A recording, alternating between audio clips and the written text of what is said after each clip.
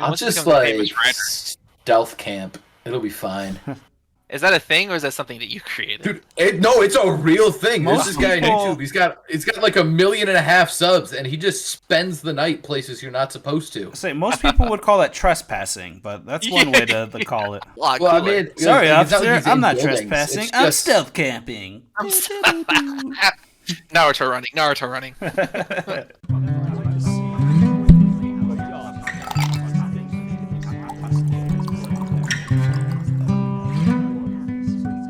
Welcome to this week's episode of the Top Podcast. I'm your host, Rob, and joining with me are my hosts, Lou Papa y sopas, ladies and gentlemen. and Mike. Mike, do you got a translation for us for Lou? I know you called him out last week. I think you called him out, but what was it again? Papa is mis sopas. My father? I do not. Oh, Papa, no, it's not father. Grandfather? Nope. I don't know. Yeah, because I'm feeling like it has something to do with potatoes, Yes. You gotta love it. but I'm not sure about the last word. Potato in my soup. Whoa. Papa in my soup. Ah, Yeah. sopa. Sopa. Since the last time we recorded this episode, Lou, I don't know if you've seen our YouTube video, but the people are asking for this frozen pizza video that you said would happen if they clamored for it. We got 6 comments asking a frozen pizza video featuring... Wait, did we King really? Lou. Yeah, 6 comments right on there. Oh, man. I did not know that. Very cool. So, Lou, when can we expect this video? I got 2 frozen pizzas in my freezer right now. They could be done by the end of the episode. Bam, there we go. I stay strapped with my frozen pizzas, guys. As someone who just edited, they could be done seemingly 7 minutes into the episode. That's true. Keep on clamoring, Lou, for the frozen pizza video in our comment section or on our socials, and we'll get it done eventually. Might have to start a Patreon just to fund all the different pizza flavors, but we'll get it ready for you guys. Each week, we like to start off with an icebreaker. Lou, what's our question for this week? Our question this week is, if you became the CEO of GameStop, what would be like your game plan to try to save this dying franchise? Okay, I feel like I would have liked some preparedness for this one, some time to prepare. Lou, what do you got? So I'm going to go in the route of kind of like a GameStop vibe, where I'm going to do like maybe a cleaning service. I'm definitely going to go heavy into anime, and I'm going to go heavy into fan service anime, if I had to be completely honest with you. I'm going to get the freaks in there. Maybe a mixture of like a Best Buy and a Hot Topic vibe to it. Are those doing well? Like, I don't know if those are the best companies you want to be going after right now. No, but maybe What I'm hearing... So, you know how Family Video was, like, failing, and then they were like, oh, we're Family Video still, but we're also dispensaries now? Like, What? so you get some weed. Oh, yeah, dude, that's, like, a thing. Yeah. It was like, yeah, like, CBD. Oh, pick yeah, up it's some just bud. CBD, CBD. Oh, not yeah, like- sure. Well, they also repurposed that back room, if you know what I mean. I don't know which family I- video you're going to. The one in Westland, Point being, this all I'm hearing is Lou being like, failing video game store? Let's get some freaky anime in there, Family Video style. Pretty much. And then I'll do like gaming tournaments, because I feel like everybody always needs a place to like play some D&D or... Well, I don't wouldn't know. do. I was gonna kind of go along that line. Is sell like a lot of the small locations, like the malls. Get out of them. Malls aren't anything anymore. That's a And good point. I think they sort of do this, but have more retro stuff. Like you can trade in retro stuff. Also, increase your prices for trading in. No one wants to trade into GameStop when they know they're going to get 10% of the market value for it. Up that a little bit. Yeah, you're going to lose some costs up front, but you're also going to get good credit with the buyer, and then they'll encourage people to actually sell games back to you. Have retros, and then just have like a bunch of TVs. I remember there's this place on Ford Road. I don't know if I took it you there, Lou's Destiny Games. Did I ever take you there? Yeah. Yeah, I think so. Yeah, for sure. Well, they had back in the day, you could pay $6 and you could play any video game they had in the store, and they had all the retro consoles for an hour. You just get an hour of play. You go sit down, $6. You're gonna be making that back in like you're gonna be paying for electricity and all that. I think that'd be a great twist on it. And then I think there's some nostalgia for just the brand. So I would get more like GameStop T-shirts. You know how Blockbuster has become almost like you can buy like Blockbuster T-shirts. I'd make that, make it so it's made when ordered, so you don't just have a back stock of them. People can just order them that way, and try to sell the nostalgia of it. I like a lot of what you guys say. So I've actually always had this dream of video game sports bar hybrid. Ooh. Right, so like that. Instead of beer on tap, right, you got like Monster, Rockstar, Red Bull, Rip It, whatever. I don't want that You crowd. just got a bunch of energy drinks You on tap. you can take that crowd. It's not one I want. We have 3 different kind of crowds. You have to make your walls unpunchable for sure. The metal That walls. is a good point. You would It's have in to a shipping reinforce the container. walls. Now, also, I had this idea at a point before. This is an old idea. Some of these stereotypes had not yet formed. But point being, like, have some energy drinks. Maybe some, what is it, Celsius? What's that one? It's the big, it's like the C. It's supposed to be super healthy for you, energy drink. Celsius. The vegan energy drinks? There you go. We'll get some healthy stuff in there. Whatever energy You get a bunch of... sponsor the podcast. Am I right? We're giving away all these free ideas and everything. For real. Anyways, your energy drinks. Yeah, so, and then very similar to what you were saying with Destiny games, just have stations set up where you can play video games. Or did you ever go to? There would be some McDonald's that would have like a GameCube set up. Yeah, I remember those ones. In the lobby. Yeah, they have Tony Hawk. Have like, I think pillars. it's 2, 3. Build little pillars. Have 4 screens, one on each side of the pillar. And then you can have little 4-player gaming stations where you're going head-to-head with 4 people on older games. And just kind of set it up like that so you can be playing. A lot of your revenue is going to start coming from your food or your drink sales. So, it's a big shift. But then you can also have, like, retro game sales because nobody wants to go to GameStop for their new games anymore. The only time I will ever shop at GameStop is if I'm getting a better price or if I want a brand new game that's really popular and it's the only place that still has it. I was thinking, I will say, I'll bring them into the fan service, and then I'll have like some Christian stuff that they can also grab. So I'll bring them in with the sexuality, but they're gonna come out as Christians.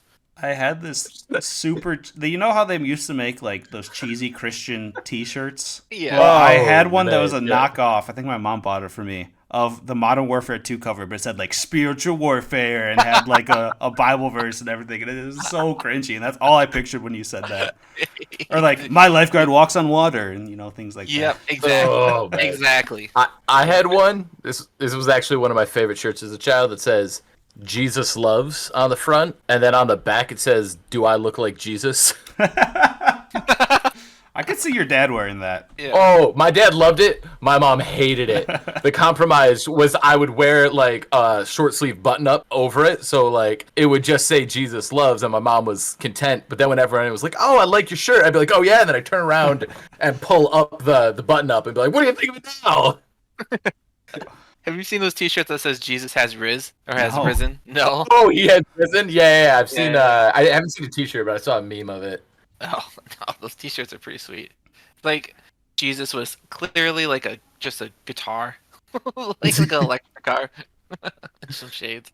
I like to picture my Picture Jesus as, in it singing lead vocals for Leonard Skinner, and I'm in the front row, and I'm hammered drunk.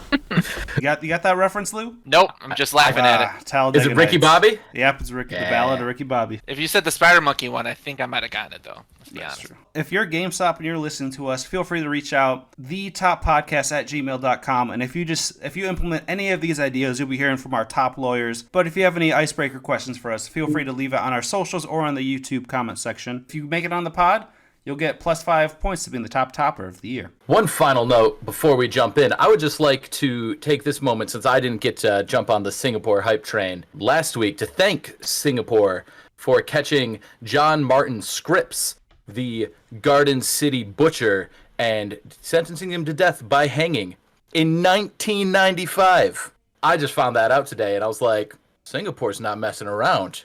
Respect. There's still like 2 states, or at least there was in high school, so it might change that. There's still 2 states that you could have death by firing squad. I'm like, if I committed some heinous crime, that's how I'd want to go out. Honestly, Capital punishment? Yeah. That's- I mean, electric chair? No. No, thank you. Lethal injection? I hate needles, man. I really like. I don't think it's they the care. injection more than the. I know, but I'm just saying. For me, it's the injection more than the lethal that bothers me. And so I'm with you where I could go for firing squad. Like that's probably still pretty quick, but no needles. And somehow in my brain, bullet is better than needle. Unless they could like sync up my death with like the end of guitar solo of Stairway to Heaven, I'd take it. Since I don't think they'll honor that request, give me firing squad. You immediately go to heaven with a mullet if you do something like that. No, that's Leonard Skinner. That's if I do Freebird, Oh. please. Sorry, I'll just getting have them mixed the up. 80s glamour hair. I don't think they have slow acting enough poisons to let you listen to all of Freebird. We'll have to start it halfway through, you know. Well, Lou, why don't you tell the people what our topic is this week and kick it off with your number 5. So in the past 3 sessions, I've had to do so much research. I felt like I was doing studies, researching all my top 5. So I was like, what can I put out so that I don't have to do all this research, that I can just shoot from the hip and not write out a whole essay every single time I do my pod. At least So I'm not the one underprepared this time. We're doing top 5 passion jobs, baby. Can you just describe for our listeners what you mean by passion? In America, sometimes people have to do jobs that they don't want to do because of money. Working at a And factory. I feel like Moving car parts. that Or some a people, Hey, you can't say that. I figured you'd bleep it out. Sorry, Lou. Go ahead. no, it's cool. I just feel like some people are not doing their actual job that they are enjoying. There's, supposed to do is a very rough term, I think, but They're not doing what they were born to do. yeah, I don't know. That's That like gets I feel like that's 99% of the population.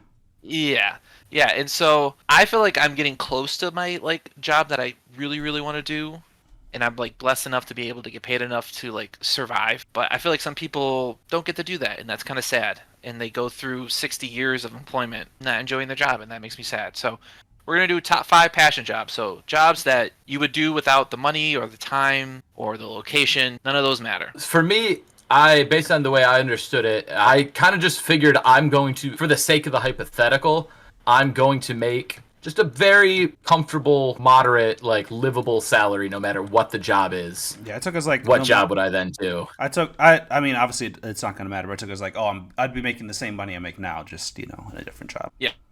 Okay, cool. Sounds like we're all on close enough to the same page to make it interesting. Yeah. Well, Lou, why don't you kick it off with your number 5? My number 5 is making my 8th grade self proud, video game designer consultant. Ooh. So I'm not I actually seriously considered that one. so I'm not actually coding because I feel like I would be terrible at it, and people would be falling through floors left and right. But Donkey would love your game.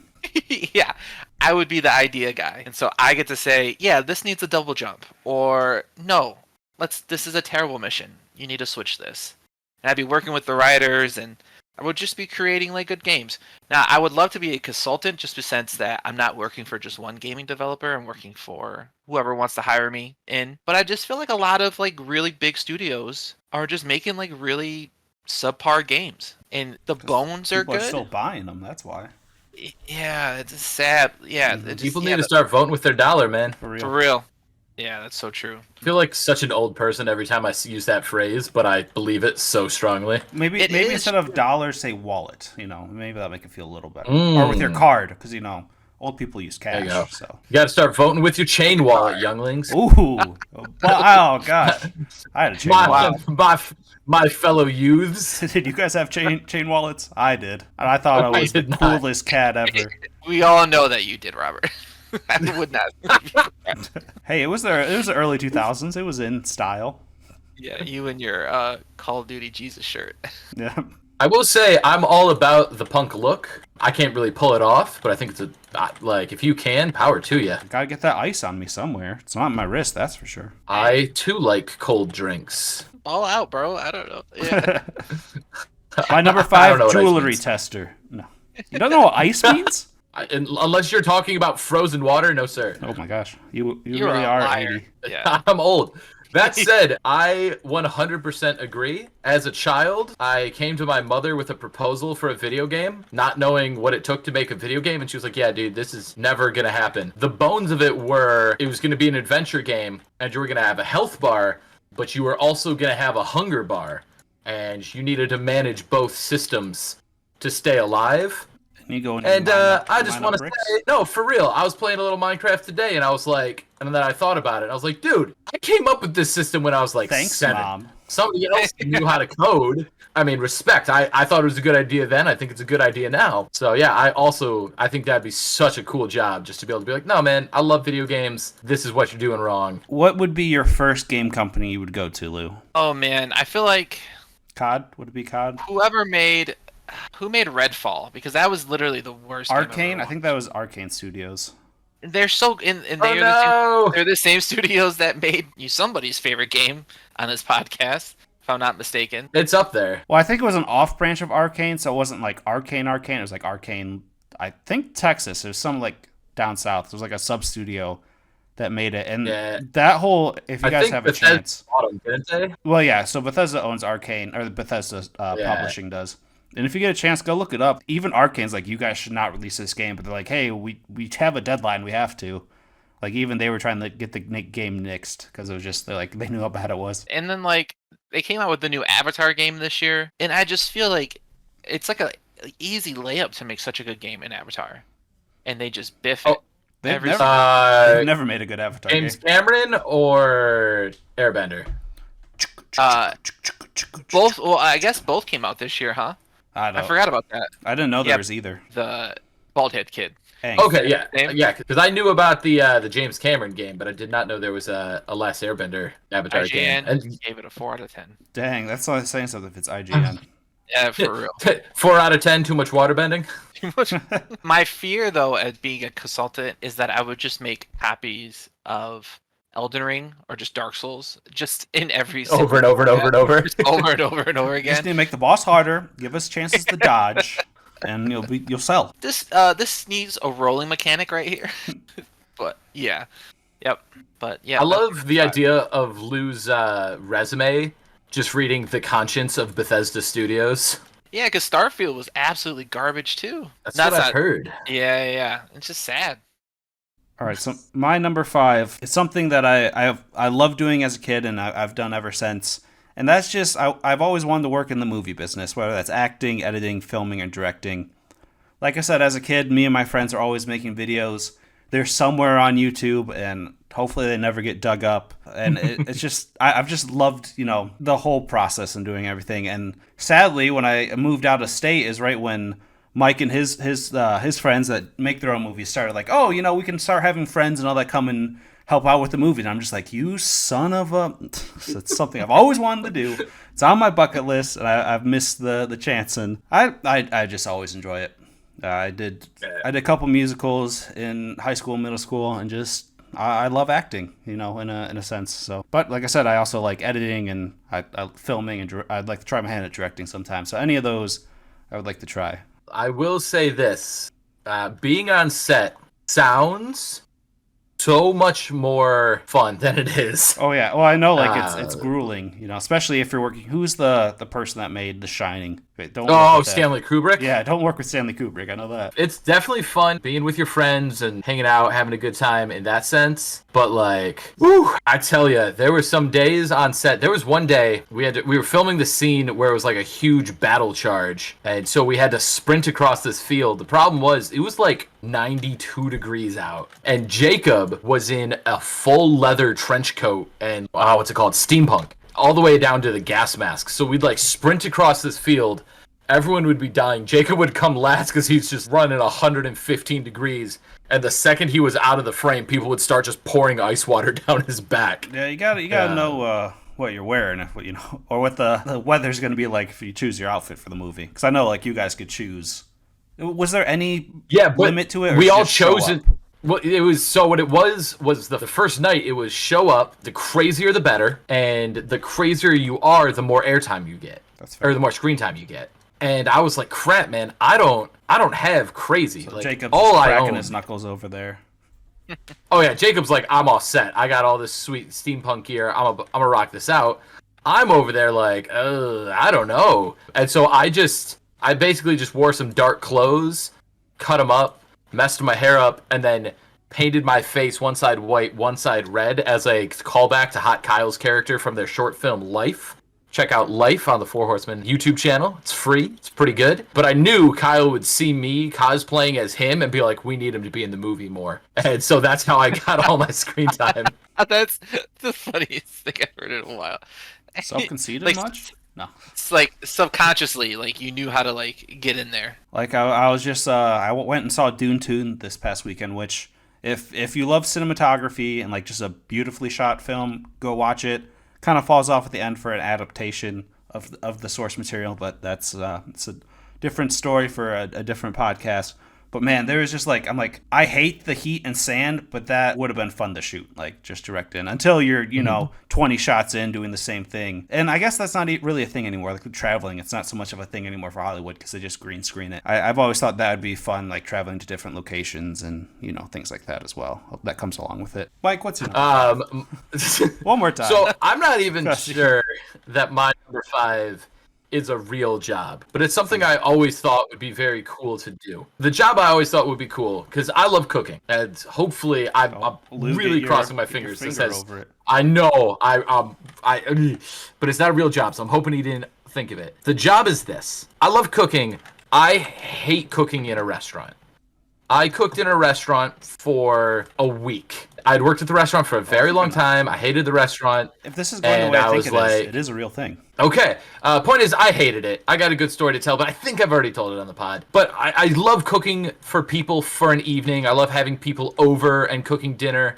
So I think it'd be awesome to just be paid to do that for total strangers. I put out a menu.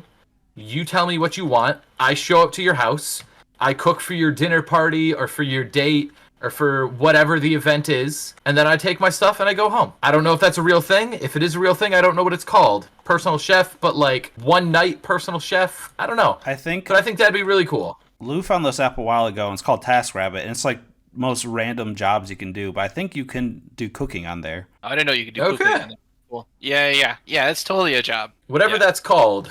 That'd be my number 5. A personal chef. But you're kind of at the whims of the family when you're a personal chef, And I want to be able to make things that I like making. I want it to be my menu, and people are saying, hey, this looks good, I want that still, as opposed to me just making whatever kale rich person nonsense is in vogue at the time. I want to be a personal chef, but I want to be in charge still. So if you're in the Metro Detroit area, leave us a comment, and, Mike will get back to you. And then we'll never see him again. we'll find his remains. Yeah, you definitely got to have your... Put lotion on his skin. Yeah, you don't want me to start. I know that one. As soon as we bring up murder, Lou's all about it. Yeah. Sorry. Sorry.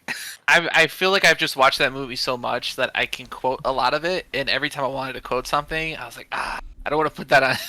I don't want to say that. Oh, it's gosh. 3 a.m. by Eminem, right? That's what we're talking about? Shout out to, what's his name, Hopkins? Anthony Hopkins? And shout out to Anthony Hopkins, man. He's a psychopath. Yeah, he didn't even have to act in that movie. Yeah. I just rolled him in, Started to put the camera on him. That's it. The movie Anthony Hopkins. That's right! You talked Silence of the Lambs in episode 1. How did I forget that? Did I talk about... I think it was one of your episodes. But I mean, it's been 28 episodes at this point. You can talk about it again. Okay. I'm not trying to, shut you up or anything. I was like... movies, it was Silence of the Lambs. Yeah, I was nice. Because one of my favorite parts from that was you said something about Jodie Foster not being Southern, but you misspoke one word that changed the entire sentence. I don't remember what it was, but I remember thinking it was super funny. Yeah, English isn't my first language. Fun fact. Don't look it up. Okay, I was like, wait, really? The Streets was his first. The Street. Ebonics. If you want the fun fact, go back to episode 1, apparently. Or don't, because... It's going to be very different. Yeah, don't go back to episode 1. You can just give us the first fact over it again. Yeah, Jodie Foster has this really bad accent throughout the whole movie, and it's absolutely terrible. And I thought that's just how she talked, but it isn't. And Anthony, the main character, Hannibal Lecter makes fun of her for that accent. And it's just... really? Yeah. Put it in the script. Yeah. Oh, he didn't put it in... That wasn't in the script? He just made fun of it? That wasn't in the script. He just made... It was improv. Just ad-libbed it? Yeah, he just ad-libbed it, and it really pissed off Jodie Foster. Is that the real reason she won't speak to him anymore? That, or he's still trying to eat her to this day. I don't know. Blue, what's your number 4? My number 4 is an ice cream taster. So I don't know if you guys have ever seen... I've seen that video. Brilliant. You've never seen this ice cream tasting YouTube? Just type in ice cream taster, and you get, I think, one of the funniest little clips of all time. Isn't that for Ben and Jerry's? No, it's for... I struggled with the name. It's Dryer, D-R-E-Y-E-R. I know what you're talking about. Ice cream brand.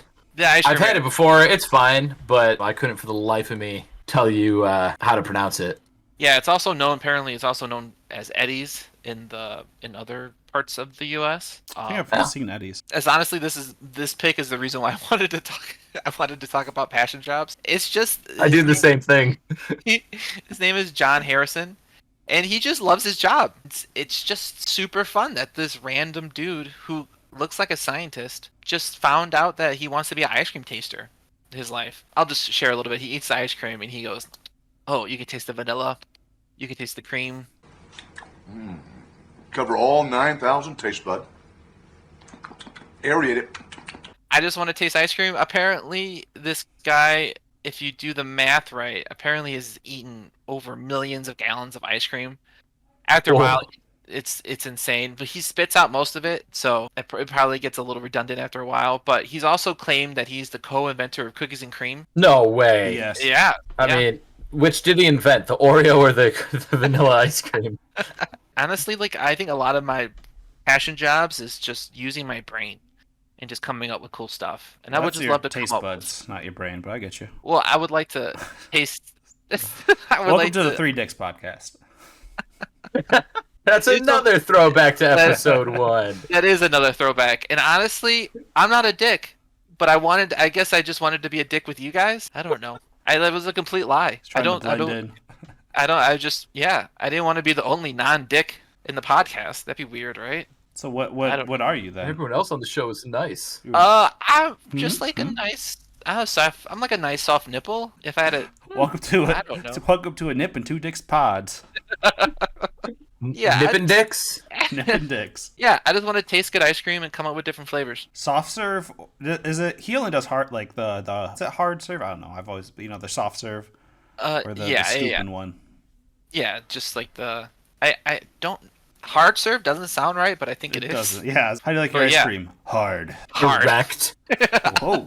Oh, there, just getting Whoa. banana splitted, man. Yeah, I think But that'd be a fun job. I feel like I might Chris Pratt it, just end up eating all the ice cream and being like 600 pounds and dying in my first year. But you'd be happy doing it. I don't know if I would after a while. I'll be like, hey, man, you much for the so much for the. And I bet he's making, sadly, because of the economy that we're in, I bet you he's making 6 figures tasting ice cream. Dude, So you could, he just Robert California his way into that job, I feel like. yeah, Right. yeah. You'd probably be able to get a nice gym membership. Maybe a personal chef. I think you'd be all right. Do you think you'd be intimidated to cook for someone who professionally tastes ice cream for a living? I would just use no Like, dairy what- in anything. They'd get Yeah, dairy. yeah. He's a vegan outside of work. He's also 81 years old, apparently still alive. Dude, shout Or out to 82. that. Whoa. Yeah, so he hasn't died yet. Eating all that ice cream. He spits them out, but I wouldn't do that. I'm not a spitter. Not gonna touch that one. Nope. Filter. Filter. For my number 4, and this one, shout out to my wife. I did ask her, I'm like, hey, what job do you think I would be really good at? And this is one I've shared before, so I was just, if it was like not that good of a job, I would have left it at number 5. But I also agree with this one, and that is owning a games and hobby store. Ooh. Yep. So Would you grow your hair out? Would I grow my hair out? Yeah. Is my hair not long enough as it is? I mean, no. Would you really go for it? I mean, If you had a games and hobby store? I guess so. I'm kind of just going for it now because I'm Nice. too lazy to find a barber. Same, bro. But yeah, it's something I've always wanted to do. We would have the trading card things because I feel like that's where a lot of those hobby stores make their money. But definitely for my wife and I, our hearts would be on the tabletop RPGs, so like D&D and Pathfinder and the minis and all that. And then I'd let her handle like the board games because I'm not the biggest board game guy. Maybe I can do the cards. But one thing I think would be fun is we'd have this like separate room that you could rent out for your own D&D sessions, and we'd set it up like a medieval tavern, a medieval castle, and just kind of have the ambiance, and so you could rent it out. And maybe we also have like cameras and stuff in there, so if people wanted to record their sessions, they could do that. And then alongside that, we would have just tables out in a big room that whoever, it's first come, first serve, you guys can play your Magic the Gathering, your Pokemon cards, or play D&D or whatever. And I just think that was so fun. We could have like painting competitions for minis, and I would also do like gaming tournaments. Like it's kind of going into what Mike's or Lou's version of GameStop would be, but yeah, I would kind of do something like that. And I would love to. There's a place by my house and back in Michigan that was very similar to that. And we're like, well, if we ever did this, we'd have to give them respect, open up like at least 10, 15 miles away, just so we're not encroaching on their people. We got to stay out of their territory. Or open right next to them. There you go. Power move. Bury them. Undercut them. So, yeah. Yeah, I think that's a great idea. We have the only thing that I would add is, and I don't promote overly drinking, but a nice like a liquor license or like with beer or something like that, and have like those big, stuff like that. Mead, honey, mead. Well, yeah, mead is honey. It does have honey in it. I think that would be dope. Yeah, that would be a really good time. I think one thing you could do that'd be really cool would be you put your wife in charge of board games, but you just sneak in Catan onto the shelf without telling her. We'll have a Catan section, just all the different Star Trek. There's so many different versions. Well, because I imagine she'd want nothing to do with it. And then you just sneak it in. I think she would, just because that's a big name and people are going to buy it. So it's like, a necessary evil in her mind. But you're making the same amount of money no matter how well it does. So you make it yours. Well, it'd be ours. I'll let her decide. Becca, comment down below. Are we selling Catan at a game shop, or are we an anti-Catan? Well, you can come and play it. We'll be inclusive that way. But we're not selling this ish. Let us know. Check the comments below and you'll find out. And let us know if you want us to sell Catan. Mike, what's your number 4? My number 4, I'm going to go with set dresser. What? Basically, the set dresser, their job is just to design movie sets and TV sets. Cool. There's an episode of Arrow. I don't know if either of you guys watched Arrow. Nope. There's this episode where he hides his suit in a trash can in a stairwell, right? Later, he runs up and he grabs the suit out of the trash can. And I thought to myself, man, this would be so much better, or I would have found this to be so much more immersive if, like, a Big Mac wrapper had fallen out as he pulled it out. Like, somebody had came through and thrown out some trash. But instead, just, like, this trash can was completely unused all day. And I just found that to be somewhat unbelievable. I really like the idea of trying to tell a story just through the set and convey life and existence just by how we set up the area around the scene. I got to do this once. Mackenzie was living in a townhouse with 4 roommates. It was a 3-bedroom, and she took the basement. So everyone had their own bedroom, and then there was a ground floor, and then there was Mackenzie who had the whole basement. It was a pretty sweet setup. She got way more square footage than anyone else. Just sometimes the roommates walked through to do laundry. There was one day where maintenance was going to show up to change the filter in the furnace, which meant they were going to come down into the basement and see that there was someone clearly living there. And so I got to go in and try it. I was like, okay, we got to make it look like nobody lives here without making it so annoying, like super annoying to reset the whole thing later. And so we moved a whole bunch of cardboard boxes. We made it look like her bed was just being stored down there with a bunch of other stuff being stored on top of it. And then her little like hangout area, we made that look way more like it was just another room. And like you walked down there, you would not have known anybody was living in that area. But it was also really easy to undo. And I had so much fun doing that. And I just think it'd be a fun job to try and convey backstory just by what you do with the set. Yeah, it's a very thoughtful choice. I like that a lot. What did you call it? A set what? Set dresser? I don't know if that's correct or not. Set designer, maybe? I was thinking, set designer is what I was thinking. Set designer sounds a lot better. Yeah, I feel like set designer... I think I've just heard the term set dressing a lot, that I just was like, oh, the person who handles the set dressing is the set dresser. Well, if we ever take off and we're all living around the same place, we'll let you design the studio where we can record the pod and get videos. That'd be fun. Ooh, we should do like a nice background too. That'd be nice. That's what Mike's in charge of. Blue, what is your number 3? My number 3 is UPS part-time delivery driver. What? Didn't you kind of do this to an extent? Yes. That's why I put it on my list. So after COVID, I got extremely burnt out with my job. I really enjoyed the fact that I wasn't really doing anything. I was playing Call of Duty for 8 hours, and then they were like, hey, you got to go back to work. And even though I loved the job, it was just so much different. The kids were different. It was just brutal. And so I just told my wife, I was like, hey, I have to quit my job. And she was like, do you have a job lined up? And I was like, no, I don't. And she's like, okay. And I was like, I found... That's my job. Yeah, well, that's a good one. I should have put that. It's going to be in my honorable mentions. But I found out that Amazon was doing a thing where it was kind of like Uber Eats, where you would go to Amazon distribution, and they would give you a set amount of packages, and then you in your car would just deliver packages to people. I did that for about, I don't know, like 4 months, 4 or 5 months, and I made, I think maybe 2-3 grand doing it, and I enjoyed it. I think it was really fun, especially when sometimes Christian would have the day off, and just me and my wife would just go and just deliver packages to people, and I freaking felt like Santa Claus. It was just awesome. Me and my wife did like this. We set this, not schedule, but we set this like system up, and we were just flowing, and we were just having fun and laughing, and it was just a really good time. I really appreciated it. It was a nice moment to like a break from working 40 hours a week. I cherish those moments. Now, I would not recommend doing this for anybody because it was absolutely terrible in my car. I had no health insurance at the time. It was not a good decision. Anytime you want to quit your job, try to find a job lined up before you quit it. But yeah, I really enjoyed it. Sadly, that's not an option for Mike. I guess maybe you could go to like Mackinac Island and be a horse driver there for the Amazon packages. Is that a thing? Yeah, go everyone listening. Go ahead and Google Mackinac Island Amazon delivery. It's a place where there's no cars unless it's an emergency vehicle. So they have a horse-drawn carriage that goes around and delivers Amazon boxes, like packages and things like that. Paradise? I need to go live on Mackinac. Good luck. You need to be doing like 7 figures to live there. I'll Once you just become a famous like writer- stealth camp. It'll be fine. Is that a thing, or is that something that you created? Dude, no, it's a real thing. There's Most this guy on people- YouTube. He's got like 1.5 million subs, and he just spends the night places you're not supposed to. Say most people would call that trespassing, but that's one way to call it. That's one thing to call it. It's a lot Well, I cooler. mean, I don't really know. Sorry, It's not like officer, he's in I'm not buildings. trespassing. It's I'm just- stealth camping.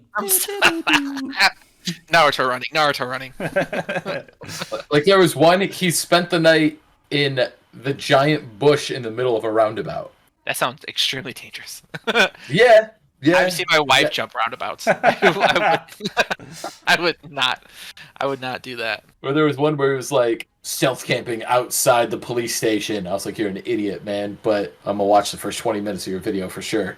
You're not paying with your dollars, you're paying with your views. So my number 3, as I said, it could tie into what Michael's suggestion for my number 4, is owning a cidery. Ooh. Such a good one. I've thought about Dang it. I've thought about owning one before, and like every time, it's so funny that How I Met Your Mother says it. All the movies where like someone owns a bar, I'm like, man, that'd be so much fun to own a bar. And then How I Met Your Mother makes fun of that, and like we're gonna call it puzzles. People will be like, why is it called puzzles? That's the puzzle. There's no last call. If I'm not drinking like liquor, I don't like beer and all that, so cider is my next go-to. And there's this place in Denver that I went to, I think back in 2020 with some friends, and then I ended up going back there on my honeymoon, and it's like their third ranked cidery in the country, and it was just such a good experience. Like, man, this would be fun to do. The reason why I've never done that, first of all, I don't have any startup money, so that's a big deterrence, and I don't feel like putting in the work to get investors. But second, most importantly, is you have to have someone that knows how to ferment the alcohol and everything, and know the science, and someone be able to make a good cider. If this is a passion job, I'm already making the money. I'm guessing there's already like some investors, and I already learn, or they provide the person there, and I'm just kind of running it, and the head honcho there. When I was thinking about this, I'm like, I would do like a Nordic theme one, and I would build the bar like it was the side of a Nordic longship. And I just think that would be a super cool place. I don't know if anyone would go there. You can get those nice like horn mugs and just pour yourself whatever. You get some apple hard cider, you get some berry hard cider, and it's crazy how much stuff you can do for like a cider. And I just think that'd be so much fun. I'd go to that cider in a heartbeat. That sounds so cool. Does sound cool. A nice vibe. I did have a name for it at one point, but I don't remember what it was. I tried to go through my Google Docs, because usually when I have an idea, I'll just dump it somewhere, but I have too many ideas, so it's impossible to find it. I just searched cider, nothing came up, so I'm like, well, maybe I wrote it down somewhere. So you guys will go to my cidery? In a heartbeat. Yeah, for sure. Hey, Yeah, I like that you have an actual theme. I know Lou knows Cody. I think Rob, you know Cody as well. Yeah. He once told me that he wanted to open his own restaurant someday, and I was like, oh, what's like, what would it be? And he was like, so it would just be he was like, okay, so no one's ever done this before. It'd be a restaurant that just serves good food. Sorry. I was like, no, man, I'm sorry. That is not. It's what every restaurant wants to do. Oh my gosh. Maybe no one's succeeded at that before. That is not a theme for a restaurant. Well, Mike, what's your number 3? I had a hard time picking where this one went. It's just, I would love to be a Minecraft YouTuber. And I feel like it's not even that different than being a set designer at the end of the day. When it comes to Minecraft, I just love building. And so to be able to do it as my job is really the only reason I would want to be a Minecraft YouTuber, so I'd have an excuse to just play this game all the time. But I just love building cities or building little scenes and trying to like make it as aesthetically appealing as possible while also maybe telling a little bit of a story, even if it's on a much grander scope than in an individual set. I think that'd be a really fun job. And I've had lots of different ideas for it. I thought it'd be really fun to do a series where I podcast style discuss how I got into Minecraft. Because I started playing Minecraft after a really nasty breakup when Rob brought it over and I like totally fell in love with it. And then just to like, it's interesting to watch how it's kind of an escape type thing. Like it's almost therapeutic. When life is going really good, I don't play that much Minecraft. And so I think that'd just be an interesting thing to explore in a little series. And so, I don't know. I've just had all these different ideas, and I think they'd be fun to do full time. So what's stopping you? The ones we've said so far, it's kind of hard to get into. You can start this dream. What's your roadblock? I could. You got OBS, you got a computer, you got a good microphone. I do. I have all the things, and believe me, the day I had all the things, I sat down, I was like, I'm going to do it. And then I was like, there are things higher up on the list that I would like to do, and I don't think I could do both of them necessarily. You know what I mean? Mm-hmm. There are other potentially obtainable dreams, and it's just a matter of priorities. That's fair. Well, maybe instead of shooting the crap every Tuesday night, maybe you should have been making some Minecraft videos, but hey, that's on you. You're feeling real saucy today, huh, Robert? I just woke up saucy, I guess. Woke up feeling pretty dangerous today. Woke up and chose saucy. Put that on a t-shirt. Like barbecue drippings down. That'd be good. Yeah. That's a good t-shirt. But be checking out Mike's YouTube at... What's your YouTube channel, Mike? It's not... If I were to do it, I'd make a completely fresh YouTube channel. We'll be looking out for Mike's unnamed Minecraft YouTube videos coming to a tube near you. I could probably do both if I just did like a lot of the grinding for the YouTube channel, you know? It's true. You could have while like we record the pod. Your quote unquote main channel is, you know, the heavily edited one, and then you could put on your side one just all the steps getting there. And then cut me a check for the idea. What? The idea. Money Mad Rob has to, gotta pay the bills. I think I could grind and podcast at the same time. I bet you I could do it. Is that what I've been hearing, the clickety-clacking happening? No. Mom? I've just... No. Lou, what's your number 2? You know, I'm not 100% sure about this one, but I like it a lot. I just don't know how to explain it. But college professor just really spoke to me. Well, you're going to like the topic for next week then. Very good. So, I don't know. I've had some pretty good professors, and I've had dog professors. Mm-hmm. And I just think if it is what you make it, I definitely wouldn't do a hard subject by any means. I don't know, maybe like a social worky, child development, adolescent development classes. I think I'd have a really good time. That age group is such a weird age. I think it's close to middle school. I think in my eyes, in that sense, you just don't really know what's going on. I just like to, I don't know, just support some dumb 18-year-olds. Yeah, it's pretty where my heart is with that. To be fair, they are in desperate need of guidance. Yeah, but they won't sure. listen. You know, I feel like maybe listen. senior year them they'll listen. If you're going with freshmen, I don't know. Yeah, I was an absolute idiot at 18. Same. So yeah, I totally understand that. What's that like? Huh? I'm pretending I wasn't an idiot when I was 18. Well, yeah. Anyone who's ever met me is like, no. Lies. I remember having a sex ed teacher in college, and she was terrible. She was just so bad. And I feel like that subject could be so much fun. Like, it could just be so lighthearted, and it could be like a good time, but she made it just terrible. Super textbooky, super boring. I feel like I could have done better. So you went to a Christian school and they had sex ed in college? Yeah, we had So I guess like it makes sense in the sense of if you're going to be a social worker, you should be comfortable enough to talk about sex. And I So- feel like a lot of Christians they get really weird about it, especially like the Valid assy point. part of it. Talked about it, talked about it last week. Yeah, I won't get into it, but Save it for next week. yeah, But that was just. It was only for like social worker majors. It wasn't like a general studies thing. it wasn't a general. It was like my junior year of social working. Not everybody was taking it. And then made you wait till your junior. Dang. I knew where the labia was. I'll tell you that much. Yeah, I agree. That'd be a fun job. I think it'd be like cool to be hanging out. I think other college professors are pretty cool too.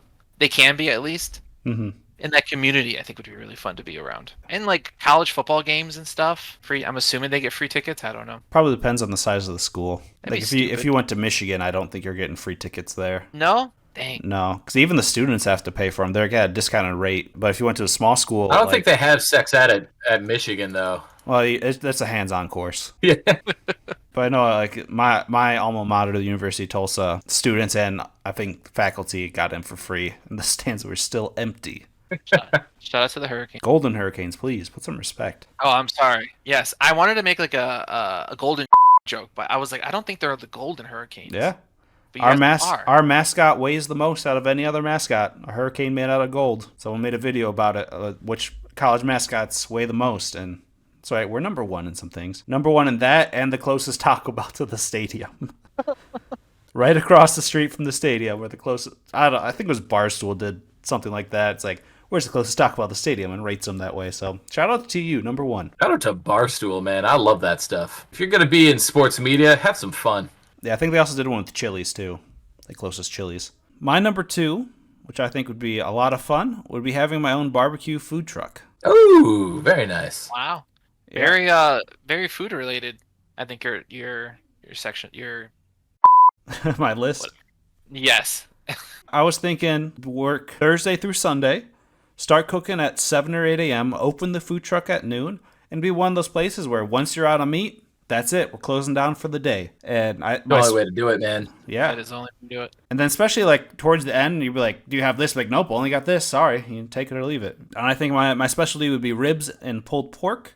And along with that, I'd have corn casserole, my wife's family recipe, which is the bomb, some smoked potatoes, and things like that. And I think it would be so much fun. It would working in the heat would probably suck, but I mean that's going to be any outdoors you're working in the heat, especially over fire or grills. I think I would have a lot of fun with that.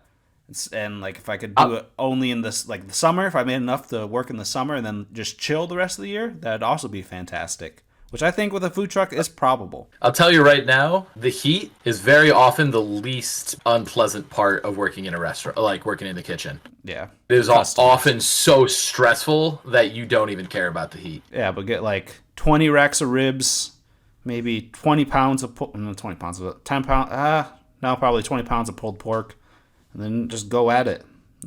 Pork would be the boss pork butt, or pork shoulders. They're also called.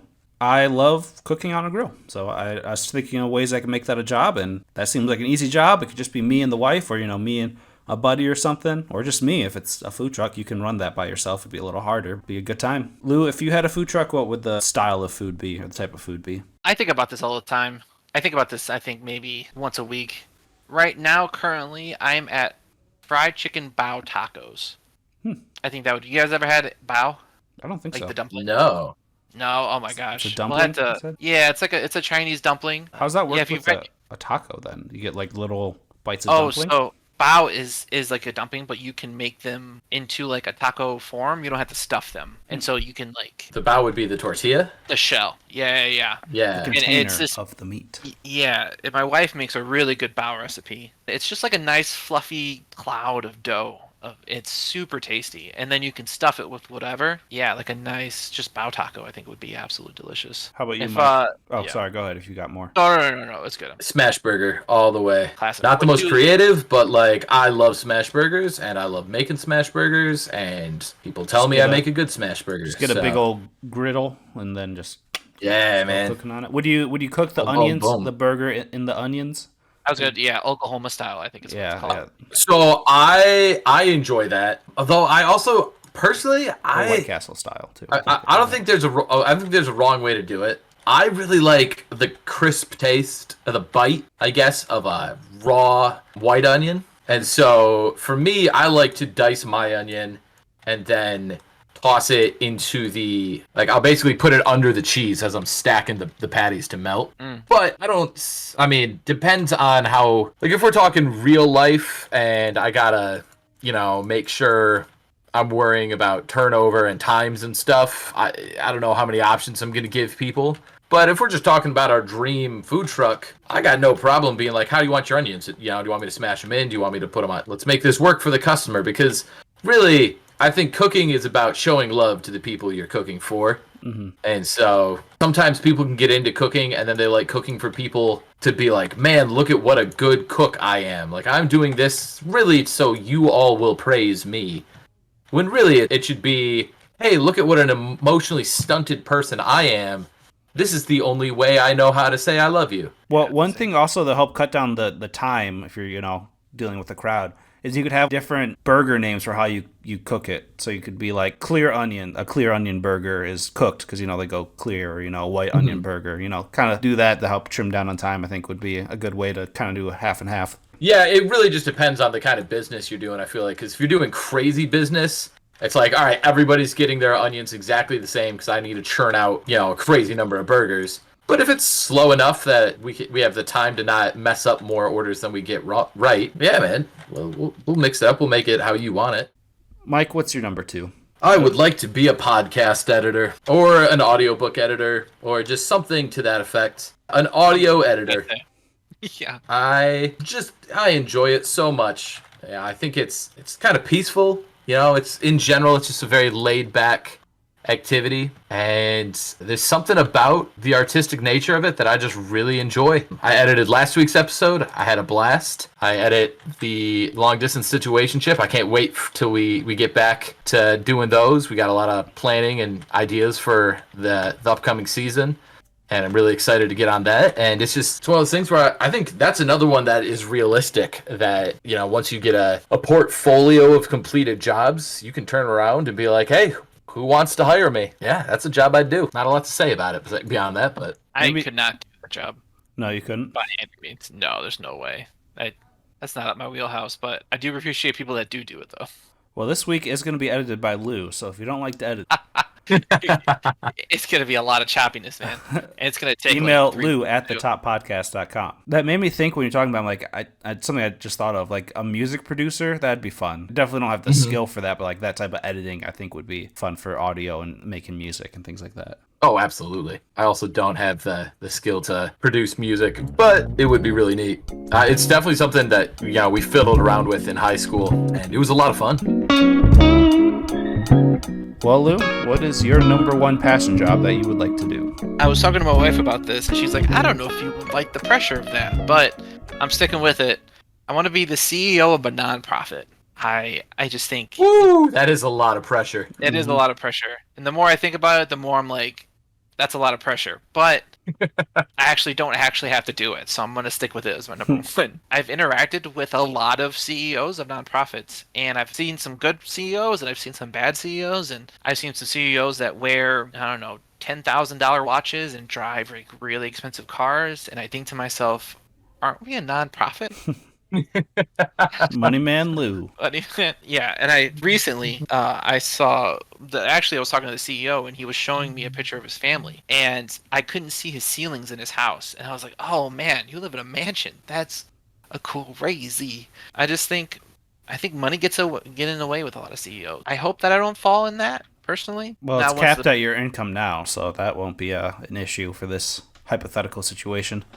That's true. That's true. But you just go with my version of things where you get paid a reasonable, comfortable living rate. Pull a Tom Brady, be a team player, and take a discount. There you go. Yeah, I think the way they're able to get away with that is that their paycheck isn't part of the profit line.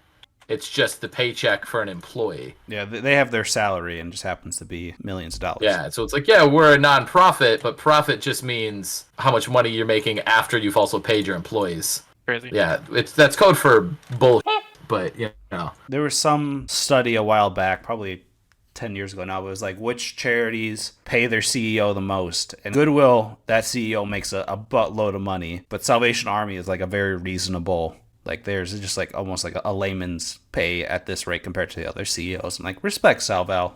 Respect. Yeah.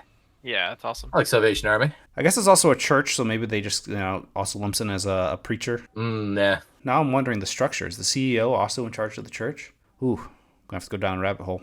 Oh boy. That's the kind of video I'd watch. Like that's like the kind of 40-minute YouTube video I'd watch. It's just one dude and him vlogging his experience of looking into the structure of Salvation Army. You would have to edit it so like you seem like you're getting crazier and crazier. Like the deeper you look, like it's just driving you insane. Like is he actually? Yeah, He met with the Pope. the dramatic storytelling. Yeah. It's just like a terribly photoshopped picture of him, the Pope mobile. Those are my favorite corners of YouTube. Is just like somebody going really hard on a super random topic. So I am 98.3% sure that Michael has the same number one as me. I don't even know if it would be an objection because they're in the same place. So I don't know if you want to hit that button or just go at it together. And that would just be being a writer. Amen, brother. Yeah, no, we don't need to object. Okay, I was waiting. I was just I'm all waiting for for both it. of us. Yeah, it's like, all right, let's hear it. Go for it. Well, I was waiting for it because I'm No. like, is that coming? And then as soon as I start to get into it and get emotional, he's going to go, objection! I'll be like, you mother... So, for me... That would be funny. It would. But don't do it because that was my idea. And then everyone will know that you're cheating because I'm keeping this in the podcast. For me, I would do writing for like anything, like novels. I would love to write D&D modules. I would also like being a movie critic for like a newspaper, like the 90s or like 80s, 90s when movie critics actually had like some respect to their name. They weren't just some Rotten Tomatoes person with a mullet, typing out. It's a hobby that I picked up.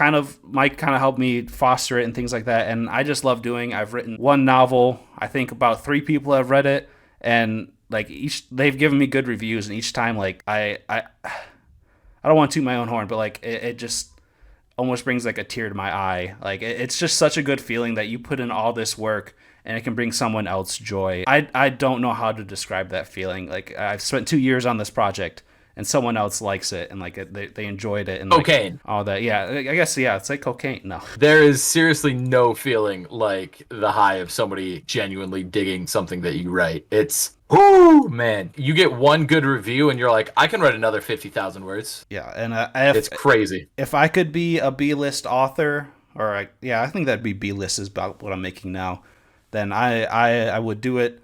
I would quit my job. I'd quit my job tomorrow if I knew for a fact I could be a writer full time, and it's just it's awesome. It's something I love doing as a hobby and like trying to get better. And I'm nowhere close to being even what I would consider a good writer, but it's I don't know. It's just cool to create things, and it's I think one of my better ways to do so. I find it to be just incredibly cathartic. I don't know yeah, we're going to go with cathartic. We're going to stick with that. It's how, or therapeutic might be another good way to put it. Like It's therapeutic. like, there have been so many stories I've written where I've gone back and been like, oh, I know what I was going through at the time, and I can't believe I couldn't tell. That also happened to me a lot when I wanted to be a rock star as a teenager, where I'd write a song and then later I'd go back and listen to the song and be like, oh, I knew this breakup was coming even before I knew this breakup was coming. This is super obvious. And I was like 3 months in advance. The same thing kind of happens to me with writing, where it's like, I don't even realize that I'm working through something. Yeah, you get in there, you start typing it out, and next thing you know, you're just like, oh, I had a feeling. And because of that, a fictional child had to die. Few fictional childs in your case, and that's why Lou will never read our stuff. One time thing, Lou. One time. It's you guys are doing great. I have nothing to say to this except for I'm just super glad to be part of this journey with you guys. I'm not a writer, and I don't know how it feels, but I don't know. You guys have done some pretty cool shit, so I'm proud of you guys. Thank you. I just love, it's like Mike said, it's very therapeutic. Like on my writing days, just turn on some lo-fi and takes a little bit to get the dust off that settled there throughout the week. But I just nothing feels better than the end of my 2 hours looking back and I have like 1,500 words, and that's a good writing day for me. If I was listening to lo-fi and trying to write, I would start trying to write the lyrics to the lo-fi. I do try to fit the music to the scene. Like if I'm like, oh, this is gonna be a battle scene, I'm gonna get more up tempo. But if this is like just a chill, more laid back scene, then I switch to that. I have soundtracks to stories. Like there's one short story I wrote where the point in the story correlates to the point in the Bruce Springsteen album I was at during the writing process. It was a pretty short story. Like it clocked in at around 2,000 words, which is, I don't know, maybe minutes? 15, 20 minutes. Yeah, at most. And so it just kind of worked out where I'd be like, okay, what song's playing now? Well, I started the first song as the first song on the album, so we'll just keep it going. And so it's a fun little thing for me where like you're able to kind of make the vibe of the music match the writing and vice versa. Like it's very chicken or the egg for me. I can't like I pick music that I think will complement the story I want to tell, and from there I can't tell whether the music is feeding the story or I don't know. I do not know how to describe it, but the link between music and storytelling is very, very real for me. Sometimes I like to do the lo-fi and theme it. So, like, I've been working on a story that takes place in a desert, and so there's a lot of kind of Arabian Nights lo-fi going on. And then other times it'll just be, I'll just go full Stephen King and just play some 80s hair metal.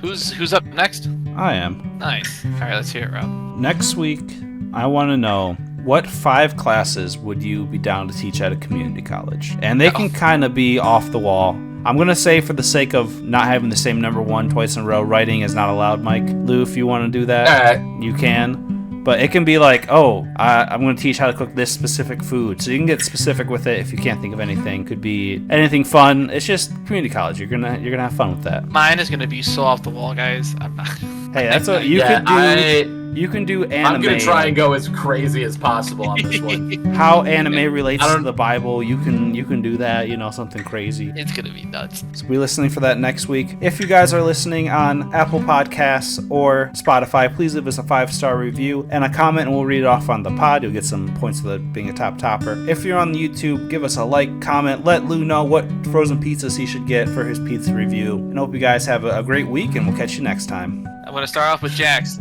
Go from there. The people want it, Lou. People want it.